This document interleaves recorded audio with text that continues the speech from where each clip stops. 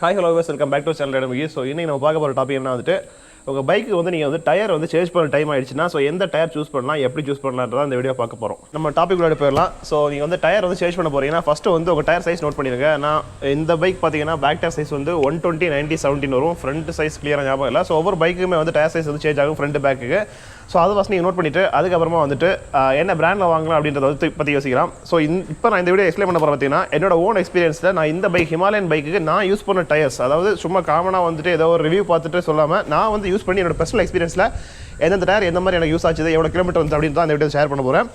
So அதுக்கு முன்னாடி இன்னொரு பாயிண்ட்டை பார்த்தீங்கன்னா நீங்கள் வந்து டயர் மாற்ற போகிறீங்கன்னா உங்கள் யூசேஜ் பாருங்கள். அதாவது ரேர் யூசேஜா, அப்புறமா சிட்டி யூசேஜா, ரெகுலர் சிட்டி யூசேஜா, இல்லை ஆஃப் ரோடிங் ஹைவே, ஸோ இந்த மாதிரி ரொம்ப யூசேஜ் பார்த்துட்டு ஸோ அதுக்கப்புறமா வந்துட்டு நீங்கள் வந்து என்ன மாதிரி மாடல் டயர் சூஸ் பண்ணலான்றத யோசிக்கிறேன். ஸோ இப்போ வந்து நான் வந்து ஃபஸ்ட்டாக என் பைக் வாங்கின டைமில் இருந்த டயர் பார்த்தீங்கன்னா Ceat டயர், அதான் அவங்க வந்து கம்பெனி ஸ்டாக்காக ப்ரொவைட் பண்ணுவாங்க. ஸோ அந்த டயரை பற்றி ஃபஸ்ட்டு பார்த்துலாம். ஸோ அது மாதிரி இந்த வீடியோவில் வந்துட்டு எல்லாம் ஏகப்பட்ட பிராண்டாக டிஸ்கஷன் போகிறோம்ல, ஒரு குறிப்பிட்ட ஷார்ட் லிஸ்ட்டாக வந்து பண்ணிட்டு ஒரு மினிமம் பட்ஜெட்லேருந்து அடுத்தடுத்த ஸ்டேஜில் வந்து ப்ரைஸில் வந்து ஒரு 4 பிராண்டு தான் வந்து நான் வந்து சூஸ் பண்ணி நான் யூஸ் பண்ணால் சொல்ல போகிறேன். Ceat டயர் பற்றி பார்த்துலாம். ஸ்டார்டிங் ஸ்டாக்கில் வரது பார்த்தீங்கன்னா Ceat டயர் தான் சொல்லிட்டேன். ஸோ Ceat டயர் பார்த்தீங்கன்னா நார்மலாக பார்த்தீங்கன்னா இதுக்குள்ளே வந்து ரொம்ப சாஃப்ட் காம்பவுண்ட் மெட்டீரியல், வேறு பிராண்ட் கூட கம்பேர் பண்ண பார்த்தீங்கன்னா ரொம்ப சாஃப்ட்டாக இருக்கும். அதனாலே பார்த்தீங்கன்னா அந்த டயர் வந்து புது டயராக ஈவன் நல்ல டயராக இருந்தால் கூட பார்த்தீங்கன்னா அடிக்கடி பஞ்சர் ஆகிற வாய்ப்பு ஜாஸ்தியாக இருக்குது. இது வந்து நானும் ஃபீல் பண்ணியிருக்கேன். இன்னொரு ஃப்ரெண்டு வந்து பார்த்தீங்கன்னா எனக்கு தெரிஞ்ச ஃப்ரெண்டு, அவங்க லாஸ்ட் நான் இன்ட்ரோடியூஸ் பண்ணுறேன். ஸோ அவர் என்னென்னா வந்துட்டு டயர் நல்ல கண்டிஷனில் இருக்கும்போதே சரி வேணாம் இந்த டயர் வேணான்ட்டு வேறு டயர் மாற்றிடுறாரு. ரீசன் பார்த்தீங்கன்னா அடிக்கடி பஞ்சர் ஆக வாய்ப்பு ஜாஸ்தியாக இருக்கும்.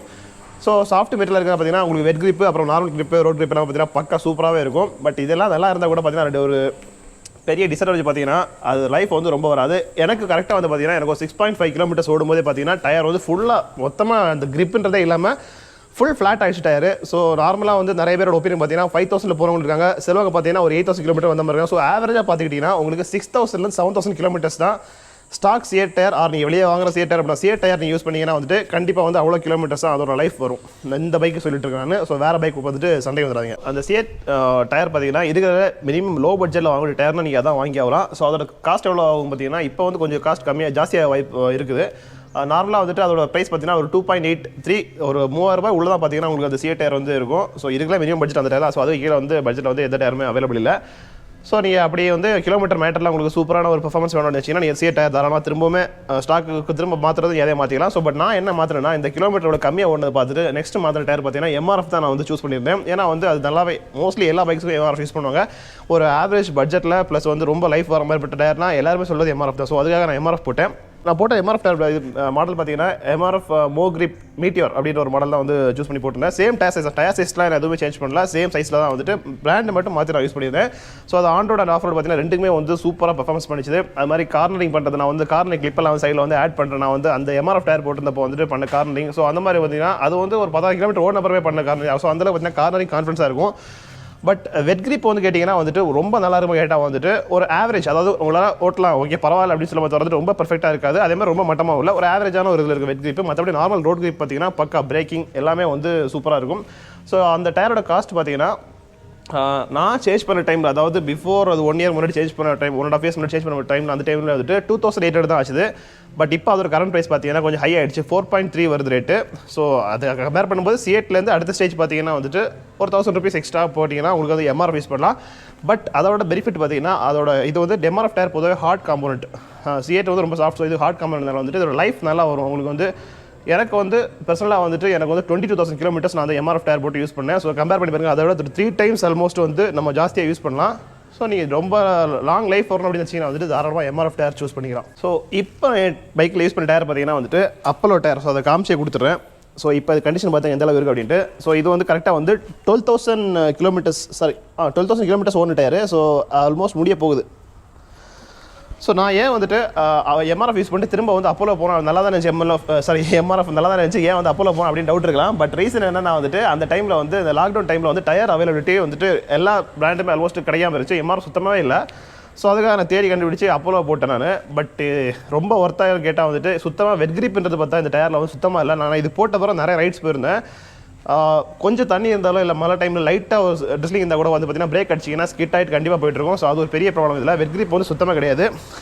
ப்ரைஸ் கூட கேட்டிங்கன்னா வந்துட்டு MRFக்கும் Ceatக்கும் வந்து மிடில் இருந்த மாதிரி இருக்கும். MRFோட ஒரு 500 rupees கம்மியாக வச்சுங்களேன், ஒரு 3.5 3.8 அந்த ரேஞ்சில் வந்து உங்களுக்கு அப்போலோ டயர் வந்து அவைலபிள் இருக்கும். சேம் சைஸ் தான், இதுவுமே சைஸ் எல்லாம் சேஞ்ச் கிடையாது. 120, 90, 17 அதே சைஸ் தான். அப்புறமா வந்து நார்மலாக நீங்கள் வந்து ஒரு ஹைவேல போகும்போது வேணால் நல்லாவே வந்து யூஸ் ஆகும். பட் ஆஃப் ரோடிங் பண்ணும்போது ஒரு ஆவரேஜ் சொல்லலாம், எம்ஆர்எஃப் அளவுக்கு பெர்ஃபெக்டாக இருக்காது, ஒரு ஆவரேஜாக வந்துட்டு இருக்குது. இது என்னோட பர்சனல் ஒப்பீனியன், நான் யூஸ் பண்ணி பார்த்ததுன்னு சொல்கிறது. ஸோ லைஃப் வந்து சொல்லிட்டேன் 12,000 கிலோமீட்டரில் இந்த ரேஞ்சில் இருக்குது. எனக்கு தெரிஞ்ச மேக்ஸிமம் இன்னும் ஒரு 2,000 கிலோமீட்டர் ஓடலாம், மேக்ஸிமம் ஒரு 15,000 கிலோமீட்டர் வந்து வரும். ஸோ Ceat வந்து ஒரு 7,000 வச்சுங்க, இது வந்து ஒரு 15,000, எம்ஆர்எஃப் வந்து 28,000. ஸோ அந்த மாதிரி பார்த்தீங்கன்னா கிலோமீட்டர்ஸ் வந்துடுது. ஸோ இப்போ நான் இதை சேஞ்ச் பண்ணிட்டு திரும்ப வந்து பழையபடி நான் எம்ஆர்எஃப் தான் போட போகிறேன். அது என்னோட பிடிச்சிருக்கு, அந்த டயர் வந்து நல்லா இருக்குது, அதனால் வந்து எம்ஆர்எஃப் போட போகிறேன். ஸோ அப்போல்லாம் பஸ் சொல்லணும்னா வந்து பெருசாக சொல்லணும்னா இவ்வளோ தான். ஸோ ரொம்ப வந்து எதிர்பார்த்து அப்போல்லாம் வாங்க வேணாம், சும்மா வந்துட்டு Ceatக்கு பரவாயில்ல அப்படின்னு நினச்சி வாங்கணும்னா வாங்கினா. ஸோ இதுவே பார்த்தீங்கன்னா ரொம்ப ஹார்ட் மெட்டீரியல் தான், எம்ஆர்எஃப் அளவு ஹார்ட் மெட்டீரியல் தான். ஸோ வந்து பஞ்சர் ஆகுறது ரேர், Ceat அளவு ஆகட்ட கூட வந்து பஞ்சர் ஆயிருக்கு, எனக்குமே ஆயிருக்குது. தென் இந்த அப்போலோ டயரில் வந்துட்டு இன்னொரு பெரிய ஒரு ட்ராபேக் பார்த்தீங்கன்னா வந்துட்டு வாபிள் ஜாஸ்தியாகும் வண்டி. நீங்கள் வந்து நார்மலாக ஒரு சின்னதாக ஒரு கார்னரிங்கில் சுத்தமாக பண்ண முடியாது, பண்ணால் வந்து வித் ஓன் ட்ரெஸ்ட்டில் பண்ணலாம்.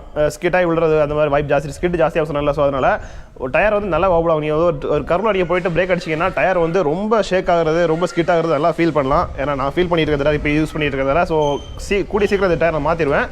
ஸோ இது அப்போல நீங்கள் சூஸ் பண்ணுறதுனா பண்ணிக்கலாம், இல்லைனா வந்துட்டு என்னை பொறுத்தவரைக்கும் பெஸ்ட்னா வந்து பட்ஜெட் அண்டு நல்ல டூரபிள் வரணும்னு பார்த்தீங்கன்னா வந்துட்டு எம்ஆர்எஃப் வைக்கலாம். ஸோ அடுத்து பார்க்க போகிற டயர் பார்த்தீங்கன்னா இதை விட கொஞ்சம் காஸ்ட்லி, இந்த 3 டயரை விட கொஞ்சம் காஸ்ட்லி. ப்ரைஸ் லாஸ்ட் சொல்கிறேன். ஸோ அதை வந்து நான் வந்து யூஸ் பண்ணல, என்னோடய ஃப்ரெண்டு வந்து ஒருத்தர் யூஸ் பண்ணார். ஸோ அவர்கிட்ட வந்து நான் வந்து கேட்டிருந்தேன், ஒப்பீனியன் கேட்டிருந்தேன். அவர் சொல்ல நான் ஒரு ஷார்ட் கிளிப்பாகவே எடுத்து உங்களுக்கு அனுப்பிடுறேன் அப்படின்ட்டு அவர் பைக்கில் உட்காந்து எடுத்து கிளிப் போட்டுருக்காரு. ஸோ அந்த கிளிப்பை வந்து பார்த்துருவாங்க. முகி வந்து டிம்சன் டயரோட ரிவ்யூ பற்றி கேட்டிருந்தாரு. So I am having this small clip and thanks Mukhi இந்த வீடியோ போஸ்ட் பண்ணுறதுக்காக. If you are looking for off-roading tire or a strong pattern tire for highway cruising also, நீங்கள் வந்து Timsun choose பண்ணலாம். It will stick to the road when you are on highway. Timsun tires there are two different qualities. ஒன்று வந்து road tires like this normal pattern and another one is off-road tires which is performance pattern. அதாவது it has depth, more depth. So உங்களுக்கு நல்ல grip இருக்கும் of-roading போகும்போது. நான் இதை வந்து சேஞ்ச் பண்ணும்போது அரௌண்ட் 10,000 kilometers ஓடி இருந்துச்சு வண்டி. இப்போ வந்து I'll show you the odometer. It is around 22,500. More than 12,500 kilometers ஓடி இருந்தால் கூட there is still a quarter inch of depth in the wheels, so which is perfect. அதே மாதிரி இந்த காம்பவுண்டிங் வந்து is complete different from what we get in Indian markets like Apollo, MRF or Ceat. Stock tyre compare பண்ணும்போது this is much more better in road grip. அதே மாதிரி உங்களுக்கு கார்னரிங்கும் வந்து நீங்கள் you can lean a lot. So these are the best benefits of having a Timsun tires. So if you have Timsun tires in your list, 200% recommended. You can go for it. நம்ம friend Raj bro பேசின கிளிப்பரி இப்போ பார்த்துருப்பீங்க. So அவரோட பைக்கில் வந்து அவர் use பண்ணுற Timsun தான் use பண்ணிருக்காரு. பட் அதில் வந்து ஒரு சின்னதாக ஒரு கரெக்ஷன் என்னன்னா வந்து அவர் அதில் வந்து ப்ரைஸ் வந்து 5,000 மென்ஷன் பண்ணியிருப்பார். அது வந்து பிஃபோர் 1 year 1.5 years முன்னாடி அவர் போட்ட ரேட்டு தான் 5,000. இப்போ வந்து எனக்கு தெரிஞ்சு 6,000 ரேட்டு நினைக்கிறேன். ஸோ இந்த 3 டயரோட கம்பேர் பண்ணும்போது Timsun டயர் வந்து காஸ்ட்லி தான், பட் பர்ஃபார்மன்ஸ் எல்லாமே கேட்டுமீங்களா. ஸோ நல்லாவே இருக்கும், பட் காஸ்ட் கொஞ்சம் ஜாஸ்தியாகுது. நான் வந்து Timsun போகிறேன் கேட்டால் வந்து அடுத்து வந்து கண்டிப்பாக வந்து போக மாட்டேன். ஏன்னா அவ்வளோ ரேட் கொடுத்து மாற்றுறதுக்கு நான் ஒரு 2 எம்ஆர்எஃப் டயர் இல்லை 2 Ceat டயர், ஸோ அந்த மாதிரி நான் திங்க் பண்ணுவேன். ஸோ அதனால் வந்துட்டு கண்டிப்பாக நான் Timsun போக மாட்டேன். பட் நல்ல குவாலிட்டியான டயர் தான், கொஞ்சம் காஸ்ட் நீங்கள் ஜாஸ்தி கொடுத்து நல்ல பர்ஃபார்மன்ஸ் டயர் வாங்கணும்னு வச்சுக்கிறேன் வந்துட்டு தாராளமாக Timsun போய்க்கலாம். ஸோ இந்த வீடியோவில் வந்து நான் டிஸ்கஸ் பண்ணது எல்லாமே வந்து பர்சனலாக வந்து எக்ஸ்பீரியன்ஸ் பண்ணி பார்த்த விஷயம் தான் டிஸ்கஸ் பண்ணியிருக்கேன். ஸோ சும்மா வந்துட்டு ஏதோ சொல்லலை. ஸோ நீங்கள் வந்து உங்கள் பைக் ஹிமாலயன், மேக்ஸிமம் ஹிமாலயனுக்கு நான் சொன்னது பர்ஃபெக்டாக சூட் ஆகும். அதர் பைக்ஸுக்கு ஆல்மோஸ்ட் ஒரு 50% சேமாக இருக்கலாம். இந்த பிராண்ட் இந்த மாதிரி இருக்கும் அப்படின்ற மாதிரி இருக்கலாம். ஸோ நீங்கள் வந்து அடுத்த டயர் சேஞ்ச் பண்ண போகிறீங்கன்னா இந்த வந்து கொஞ்சம் மைண்டில் எடுத்துக்கிட்டு காஸ்ட்டும் பார்த்துக்கிட்டு, ஸோ எவ்வளோ தூரம் வருது, கிலோமீட்டர்ஸ் ஓடு அப்படின்ற மாதிரி பார்த்து நீங்கள் சூஸ் பண்ணிக்கலாம். ஸோ இந்த வீடியோ வந்து எண்ட் பண்ணிக்கலாம். பிடிச்சிருந்தா லைக், கமெண்ட், ஷேர் எதனால பண்ணுங்கள், மறக்காமல் சப்ஸ்கிரைப் பண்ணி வச்சுக்கோங்க. ஸோ அடுத்த வீடியோஸ் அப்போ தான் வந்து நோட்டிஃபிகேஷன் தரும். நம்ம நெக்ஸ்ட் வீடியோ சந்திக்கலாம். பாய்.